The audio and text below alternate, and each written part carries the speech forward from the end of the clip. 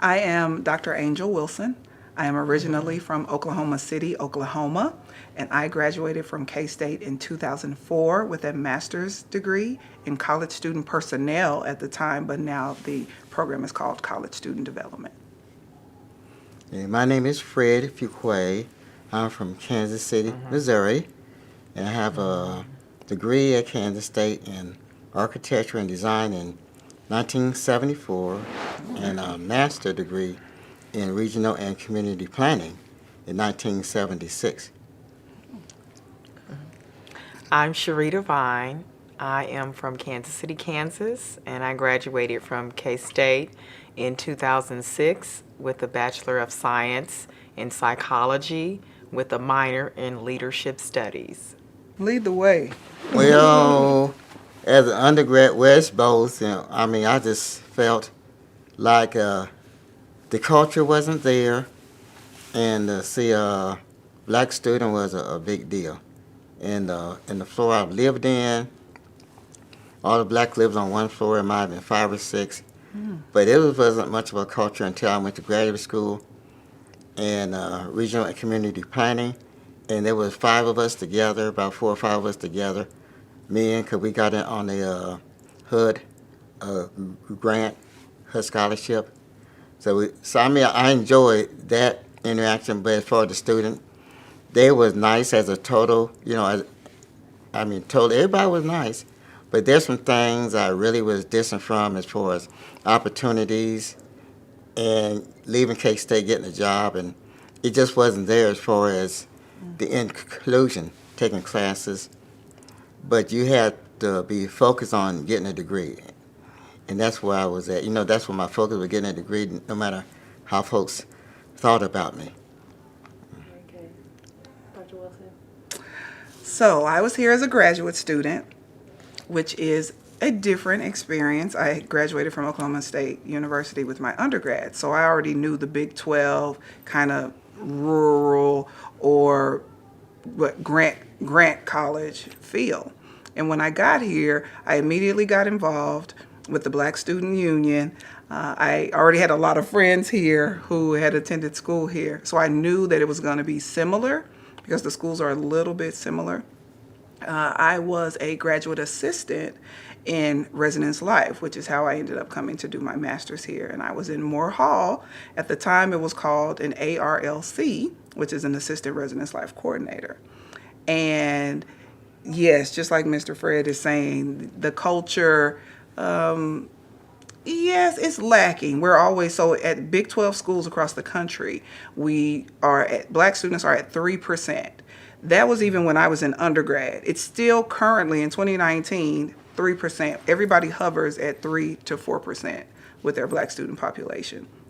And so you know that it's going to be a struggle and it's going to be a challenge, but what I think we were successful in doing, Charita, you can disagree or agree, what I think we were successful in doing was making our own enclaves where we could be in community, in support, in fellowship of each other, even if for a little while. So on Tuesday nights, I remember, was our BSU meeting night, and for those minutes, that time together, we at least had our own little family of support. And we'd go and I remember Buffalo Wild Wings was out there on the strip, and they would have 50-cent wings on Tuesday, so we'd have our meetings, and then we would go over and have chicken wings.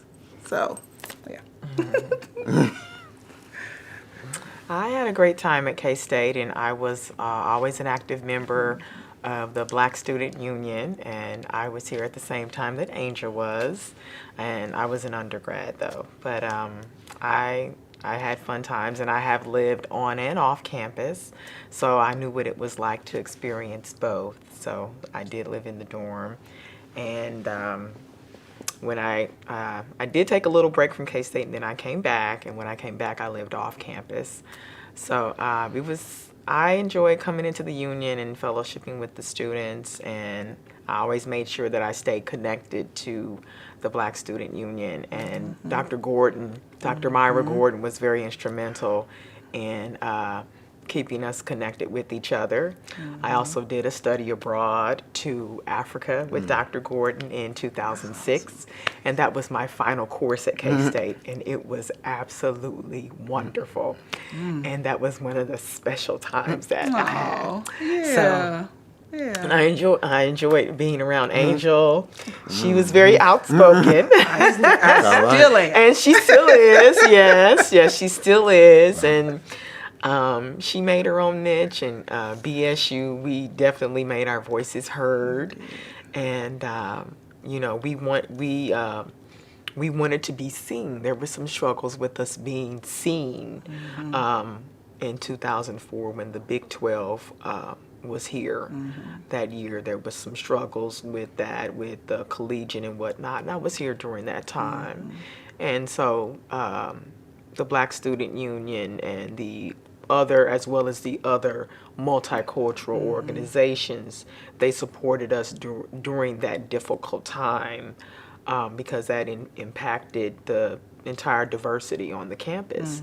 And so, yeah, but we got through it, and Dr. Gordon, you know, she was our leader, and we had a great advisor with Keener Tippin was our advisor at that time. And Who also worked for the collegian. yes, Worked exactly, for the absolutely. So, yes, I was here during that time, so it was good. And I think that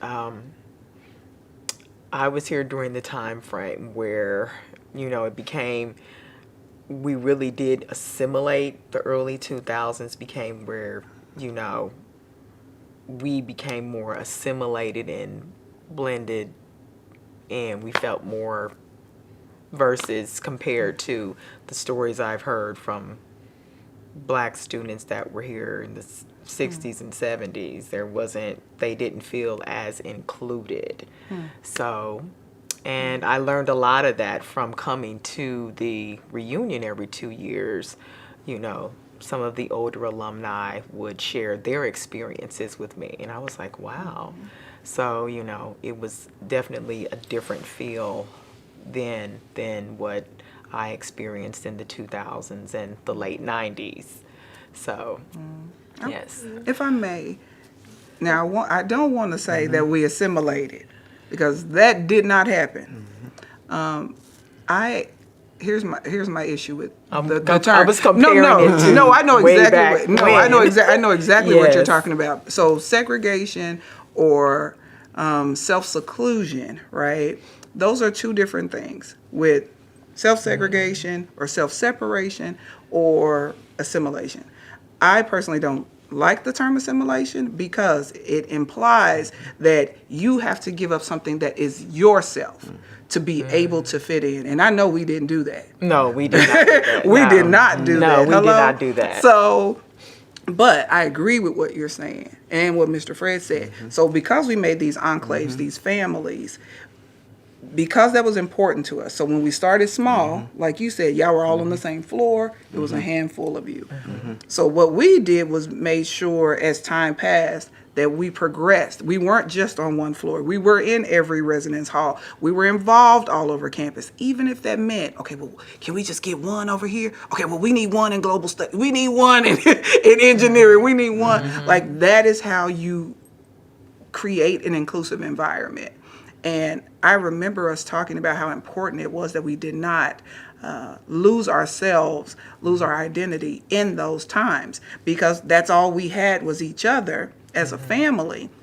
That's not to say that we didn't have support from the institution or that we didn't have support from certain administrators, faculty, and staff. But that is to say that it was critical that we knew who we were, knew what we brought to the campus, and students are still bringing to the campus, and what in turn the campus was supposed to do for us as students here. I just wanted to clear up that assimilation thing. No, I didn't have any organization that I can go to. I wasn't much for the Black Student Union. I wasn't familiar much with it, and my issue was studying, because I had a hard time with studying, getting a good grade.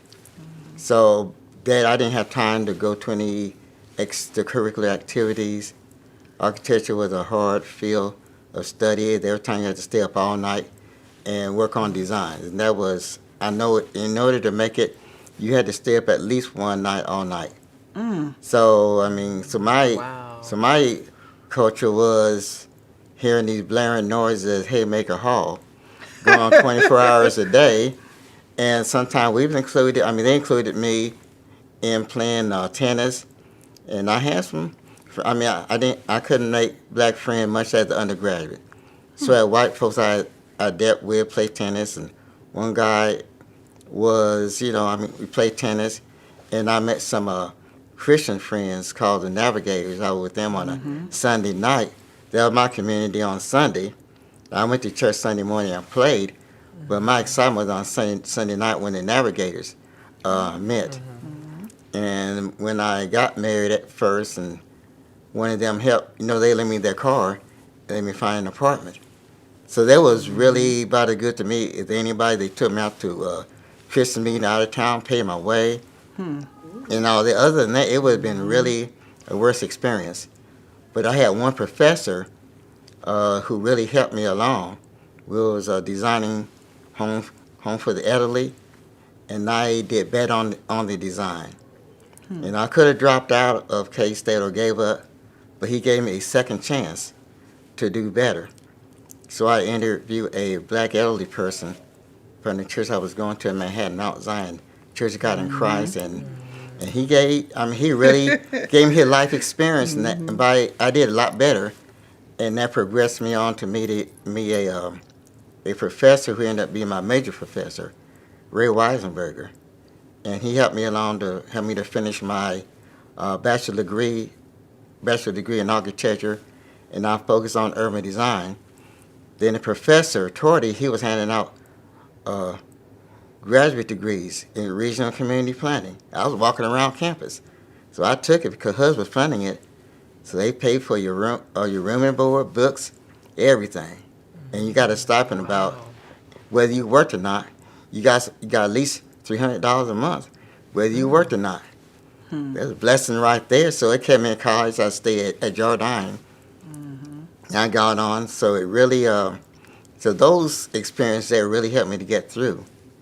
Not only the bachelor program, but the master too. When I first came, it was difficult. The professors seemed like they didn't like me. They didn't encourage me. But I say, Twice he encouraged me he encouraged me by just saying that I should drop out of architecture. That encouraged me just to keep going. So I thank him I got you. by saying that, because if I had to drop out of architecture, I would lose my in-state, because it was being paid for at the time. That encouraged me to keep on going. In residence life, so there's a whole field that people don't seem to not know about, but it's more prominent now. So student affairs or higher education is a genuine, real field. It is a real field. So what that means is all colleges, the part that we do know is there are all these activities, but we know that there are departments, there are offices. All of those offices encompass student affairs, and there's a whole major for that. So that is what I was in, basically the administration of colleges. So I had not only my coworkers and my supervisors, I had classmates, because in my graduate assistantship, that is what you do. So I work in the hall, but I'm also in classes to learn how to do what we do. So really on the job training, like a basic living learning type of thing. So I did that, but we had our national organizations and our regional organizations. But here, we were involved in Black Student Union. I wrote for the Collegian. I was an opinion writer. What else did I do? I'm a member of a sorority, a historically Black Greek letter organization, Delta Sigma Theta Sorority Incorporated.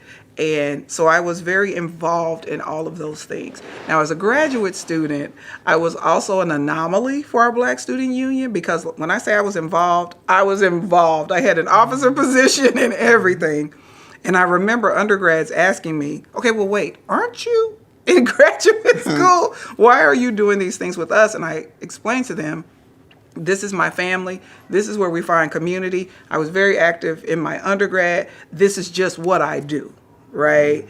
And so it doesn't matter that I'm a graduate student. It doesn't mean that I'm not going to get my work done. What it means is that I have this work to do, but I also have this work to do. Because no matter what, as long as I live, I'm 41 years old now, Black people will always be my business. I will always make a point to be in community, to be engaged with us wherever we are. And so in my current career field, that is still what I do. So I've worked at 5 different colleges. I've in all types of colleges, a historically Black college or university, 3 Big 12 schools, a private Holy Cross institution, and now I am currently at a residential high school that's STEM for 11th and 12th graders. So again, every single thing that I've learned from my organizations and from the people that I've carried along the way, that goes into my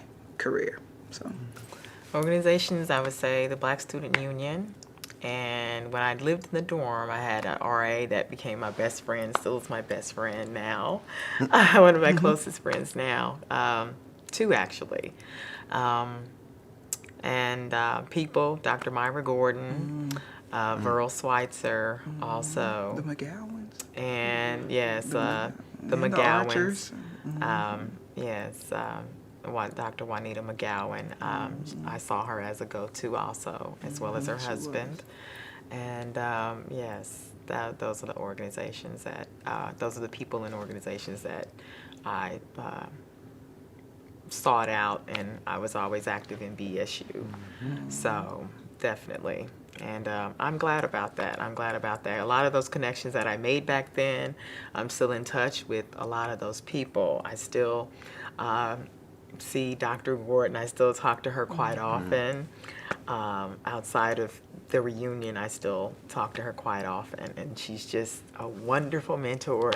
And it's a relationship that was established that I'm so glad that I have.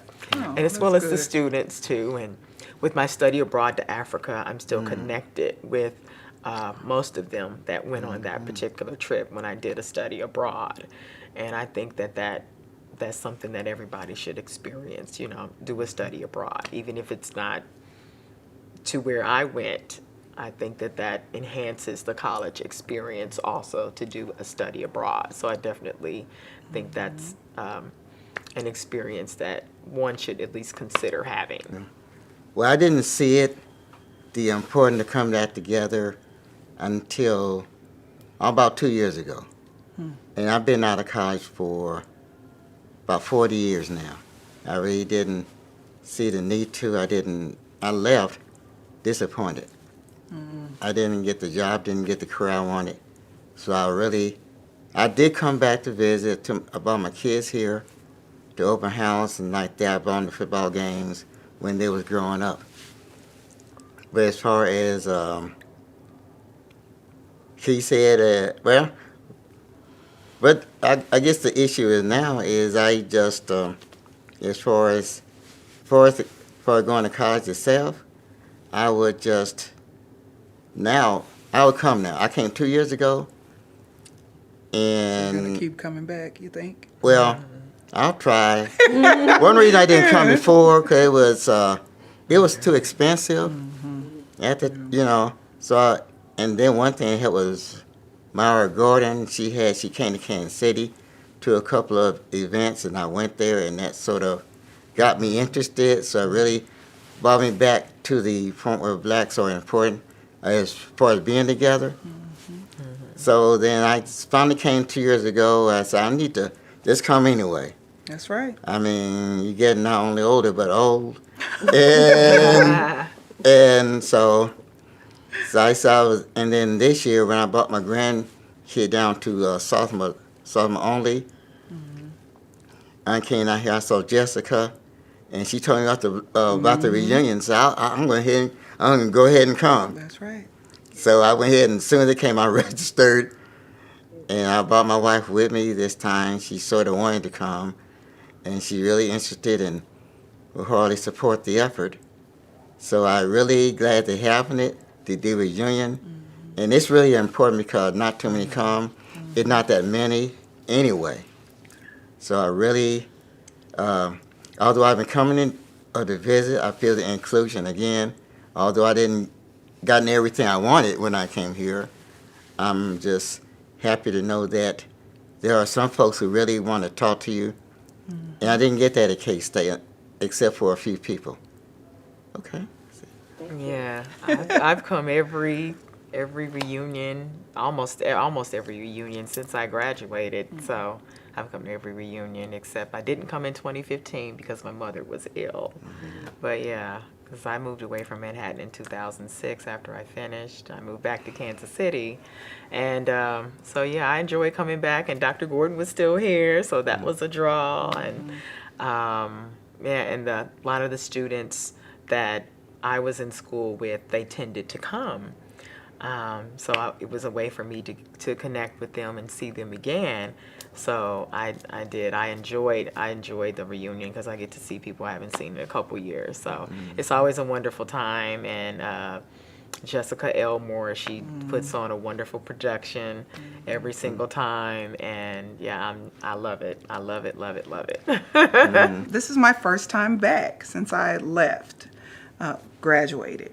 I didn't just leave. It's important since I graduated. The reason is, it's not that I haven't known about it, but I did my graduate studies here. So that's a different feel from an undergraduate feel, right? An undergraduate experience. So I'm sure that is also why y'all have that strong tie, because you do your undergrad here and that's a whole different life, right? So as a master's student, I was just here 2 years and then I was out.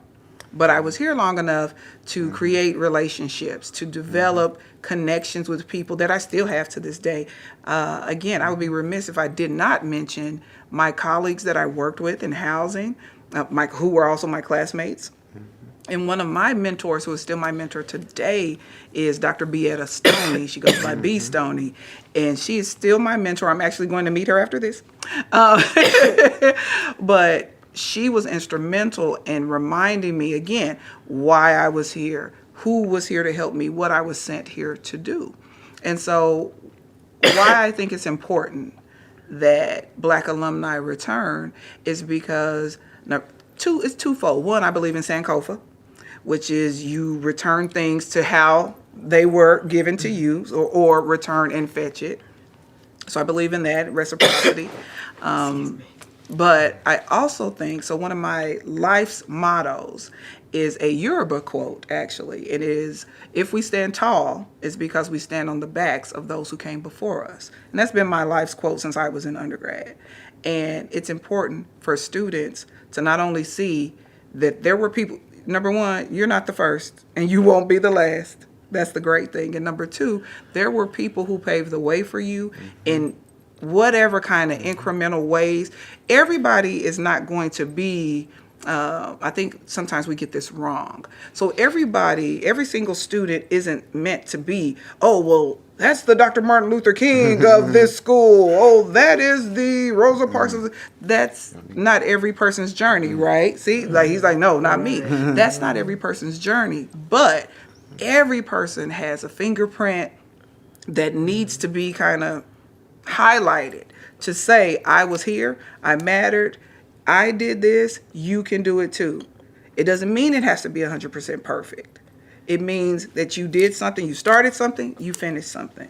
Even if you had to stop out and come back, you still started something and you finished it. So that is why it is important that alumni return.